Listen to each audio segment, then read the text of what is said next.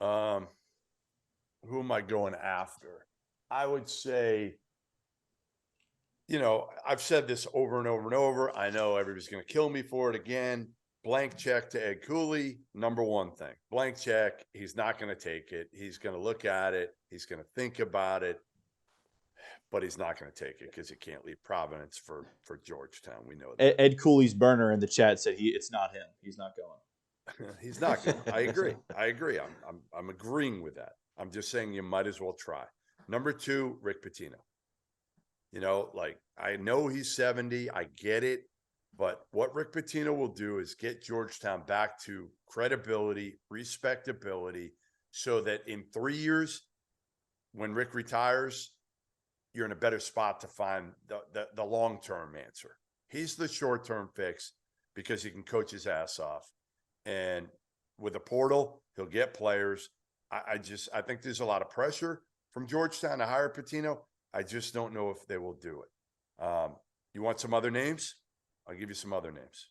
Micah Shrewsbury. I was going to say that one. Shrewsbury. Yep. I like that one. Jamie Dixon has had success at Pittsburgh for years. Yep. Again, not a sexy He recruited hire. the DMV really well at Pitt. Yep. Not a sexy hire, but one that can get him back. Again, you're just looking at this point to get Georgetown back to where they're in the hunt for an NCAA tournament. Yep. Andy Enfield, an East Coast guy. Maybe he wants to leave the beach in LA. I wouldn't, but maybe he does. Chris Holtman, landing spot. Hey, that one's intriguing, right? At least to move. At least to move. Here's the. I don't think the Georgetown, but at least here's the weird one. Here's the one that's outside the box a little bit. Does Mike Bray really want to retire? Ooh. Or would Mike Bray, who went to DeMatha, who's a Maryland guy, would he go to Georgetown? And is it the right hire? I don't know. But again, if he's reinvigorated, maybe. Let me ask you. Let me ask. This is that retire. Well, I don't think he's a fit for Georgetown. What do you think about Rodney Terry?